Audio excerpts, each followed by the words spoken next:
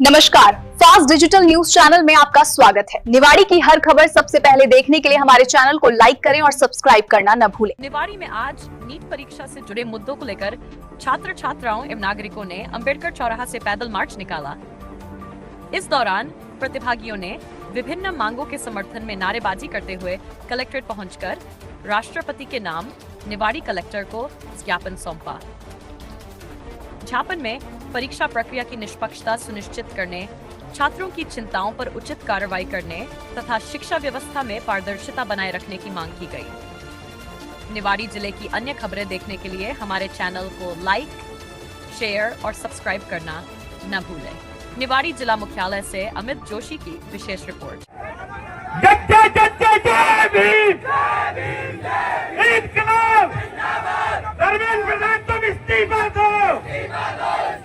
बच्चों के साथ खिलवाड़ नहीं चलेगा, नहीं चलेगा, नहीं चलेगा। धर्मेंद्र प्रधान मुर्दाबाद। मोदी अब तुम इस्तीफा दो, मोदी अब तुम इस्तीफा दो।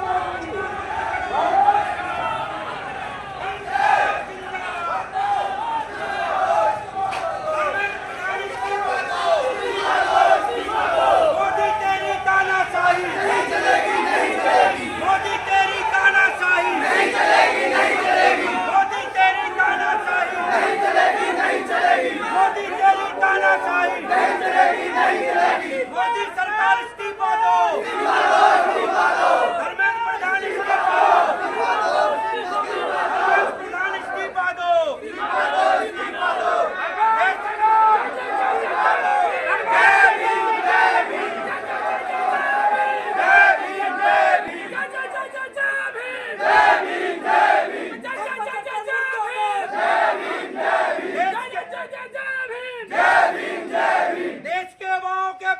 खिलवाड़ करना बंद करो, बंद करो, बंद करो। पेपर लीक करना बंद करो, बंद करो, बंद करो। पेपर बेचना बंद करो, बंद करो। मोदी ने सीबीआई को बताओ, देश हमारा किसने लूटा? मोदी ने, मोदी ने। भ्रष्टाचार की छाती पर, भ्रष्टाचार की छाती पर, भ्रष्टाचार की छाती पर।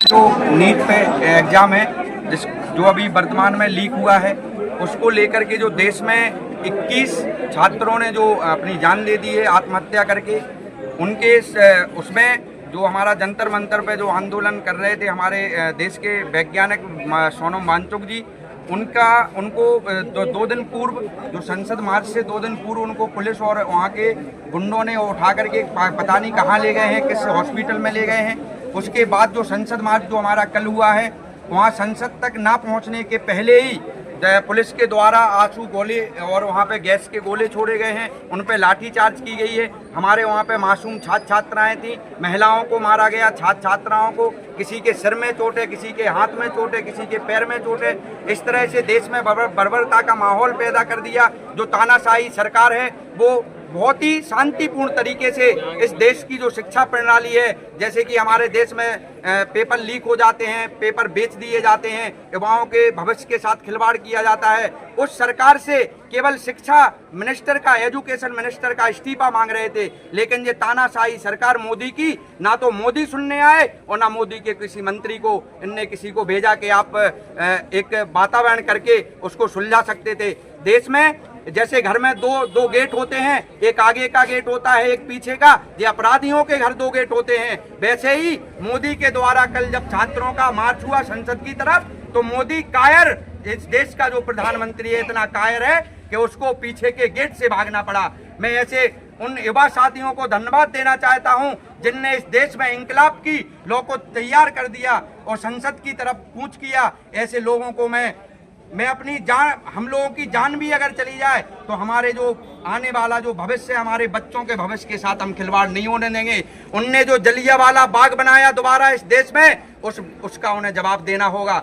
आज तो ये छोटी सी लड़ाई है, छोटे से लोग हैं। इस निवाड़ी में 4 लाख की जनसंख्या है, लेकिन हम लोग 500-800 लोगों के साथ आए हैं। अगर 10 से 15 दिन में अगर देश में बैठे इन तानाशाही सरकार में बैठे लोगों ने अगर इस्तीफा नहीं दिया तो 10 से 15 दिन के अंदर इस कार्यालय इस परिसर में लोग नहीं बनेंगे, इतनी तादाद में यहाँ पे लोग होंगे, क्योंकि अब युवा जाग चुका है, युवाओं के माता पिता जाग चुके हैं, क्योंकि वो मेहनत मजदूरी करके अपने बच्चों को पढ़ा रहे हैं। वे यहाँ पे तानाशाह लोग, पैसे वाले धन्ना सेठ लोग नहीं हैं, यहाँ मजदूर वर्ग के लोग हैं। वो अपने बच्चों को कैसे पढ़ा रहे हैं, कैसे एग्जाम दिला रहे हैं। प्रोटेस्ट राजनीतिक रूप भी लेता जा रहा है क्या? नहीं, ये राजनीतिक नहीं है। हम सभी लोग, मैं वर्तमान में राजनीतिक पार्टी से जुड़ा हूं, लेकिन हमारा जो बैनर है वो सर्वदल का है। हमारा बैनर में ऐसा कोई हमारा कोई राष्ट्रीय राजनीतिक या किसी पार्टी का हमारा झंडा बैनर नहीं है। हम तिरंगे के नीचे बाबा साहब के संविधान के अकॉर्डिंग,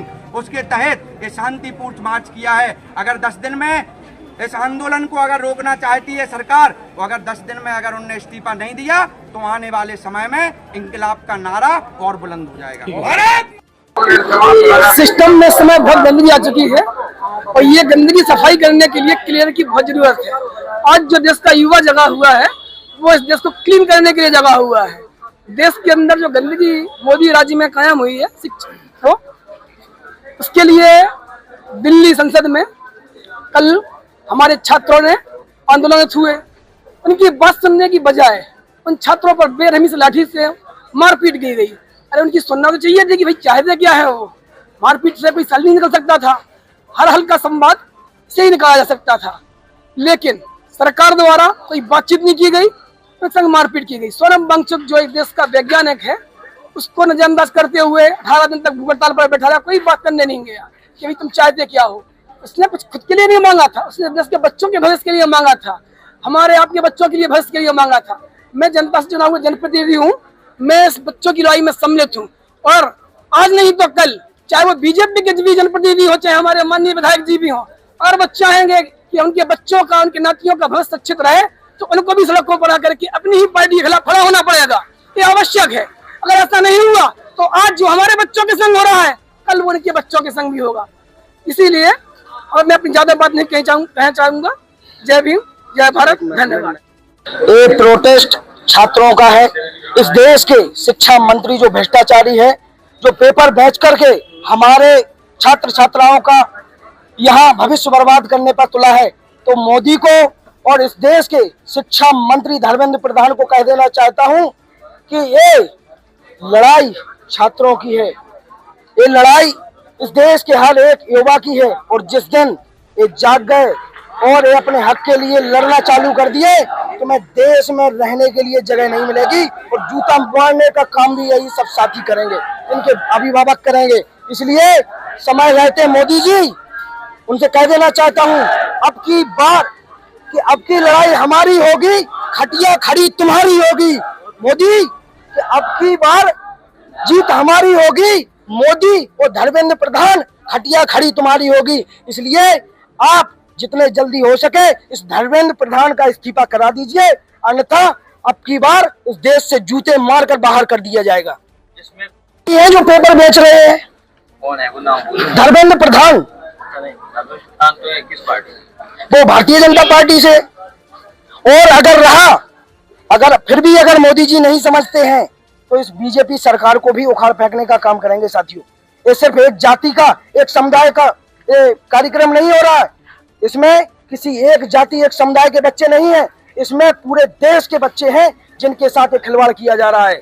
और समय रहते समझ जाए, अन्यथा समझाना भी आता है। देश के युवा हैं, देश में युवाओं की क्या हालत है, कैसे बनी ये हालत? देखिए, सबसे पहले जो मुद्दा आज उठ रहा है वो शिक्षा को लेके उठ रहा है और ये यहाँ पर सबसे ज्यादा शिक्षित लोग इकट्ठे हुए हैं।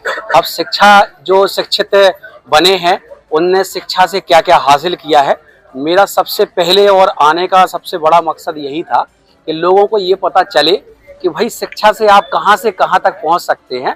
बहुत सारे लोग अपने घर में बैठे हैं, मेरा भी सब कुछ ठीक था, काम कर रहे हैं अपना सब, लेकिन ऐसे लोगों के लिए जो मेन स्ट्रीम में नहीं आ पा रहे हैं, सबसे अगर आप वहां पर इस्तीफा की बात हो या फिर कोई भी अनशन की बात हो, मैं सिर्फ ये बात कर रहा हूँ कि सरकार को आके संवाद करना चाहिए था।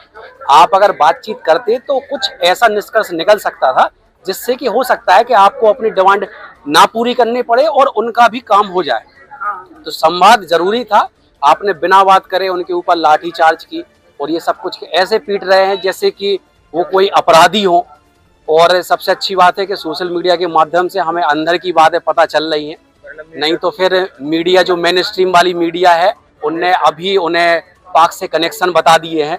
तो ये अगर आप ऐसा कर देंगे तो फिर शिक्षा को लेके कोई बात ही नहीं करेगा। तो हमारे कुछ लोग सोशल मीडिया पर इस लाठी चार्ज को बहुत सही बता रहे हैं, उसकी सराहना भी कर रहे हैं, उनके लिए क्या कहेंगे आप?